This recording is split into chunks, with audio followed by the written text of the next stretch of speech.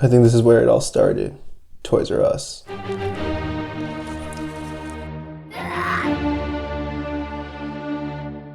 When you grow up in America, it's so normalized that the thing that you do on the weekend is go to the mall. Or like in media, all the teenagers hang out at the mall because you're going to go buy stuff. I'm sure that every single kid has that shared experience of wanting a toy or a game at the store and their parents saying no. But unfortunately, I don't have that same experience because when I was a kid, Whatever I wanted, I would get. Look at me, bro. Pikachu pajamas for Christmas. Squirtle temporary tattoo. Pikachu temporary tattoo. Big pimpin'. I was spoiled rotten. And I didn't realize until I became an adult with like disposable income that I had become so reliant on retail therapy to make myself feel better. Every single minor discomfort I would have in my life, I'd go straight onto YouTube to figure out what was the best thing I could buy to make that go away. And I know I'm not alone in this because every single one of us knows what it is to go down a YouTube rabbit hole and suddenly become an expert on random stuff. For me, it was cameras.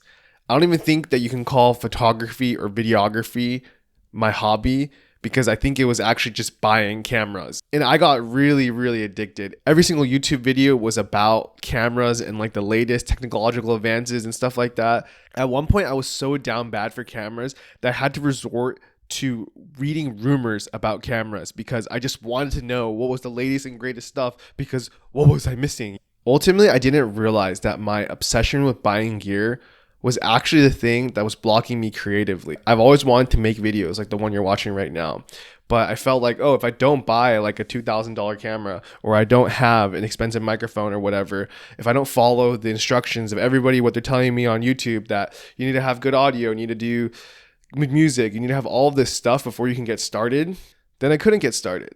And today I'm making this video just using the webcam on my laptop, a cheap USB microphone, in a screen recording.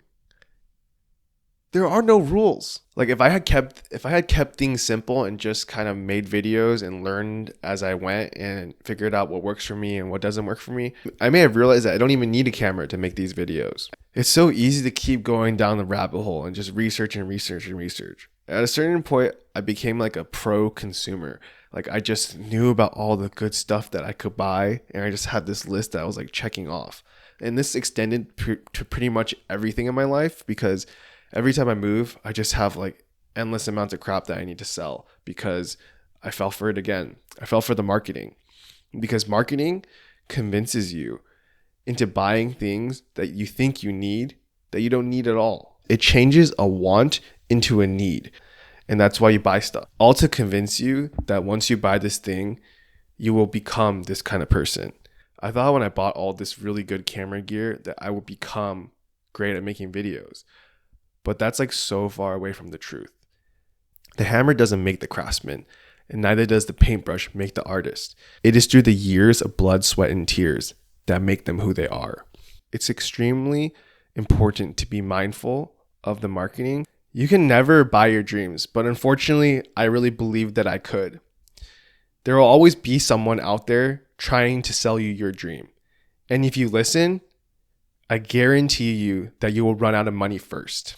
So what I'm trying to do moving forward is being way more mindful of the marketing and trying to only purchase things that I need as opposed to things that I just want and I've been convinced that I need. It's getting late, so I'm going to have to cut the video here, but thank you so much for watching. See you tomorrow.